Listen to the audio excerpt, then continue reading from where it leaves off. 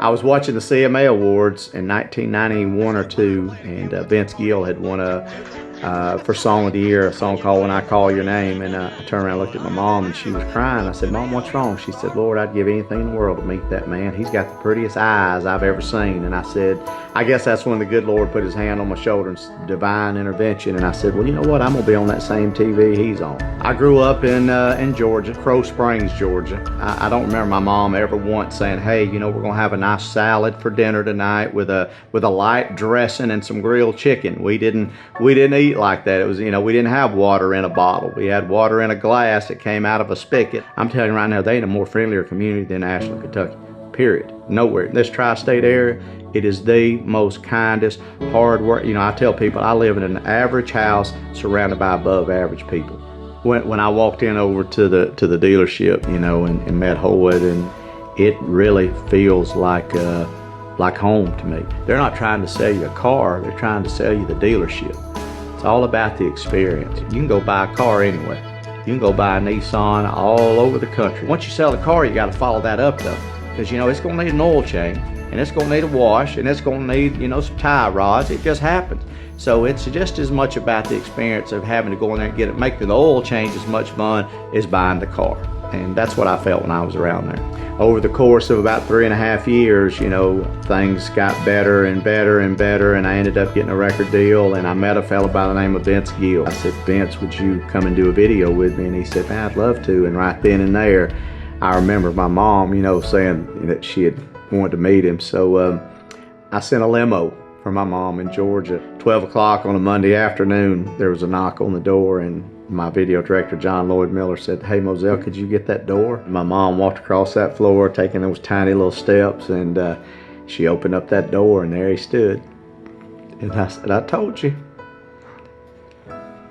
that you would meet him someday. Alzheimer's is an ugly disease. Dementia is an ugly disease. I think I miss my mother's phone call more than anything.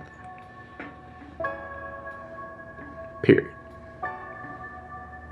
Because there were so many of them. The day I had that number disconnected was one of the hardest days of my life.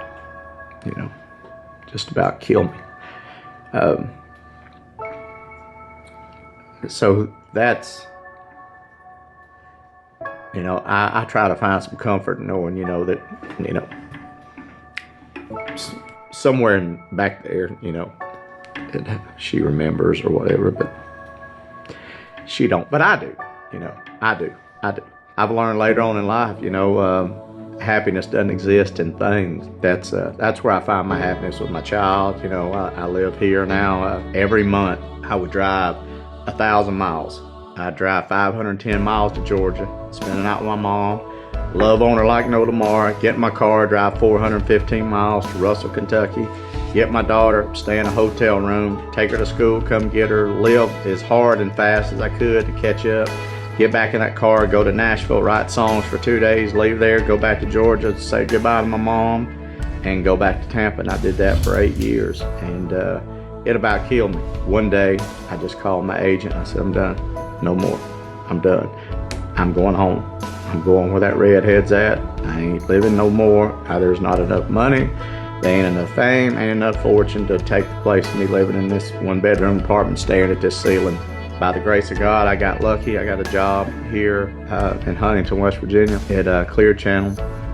And I literally live a 45-second bike ride from Caitlin. I'll never leave here, ever, period. Till God says, hey, we got you a spot reserved, you need to come make them laugh, I ain't got no choice. But until that time comes, I can assure you, you will see me run these roads in this neighborhood.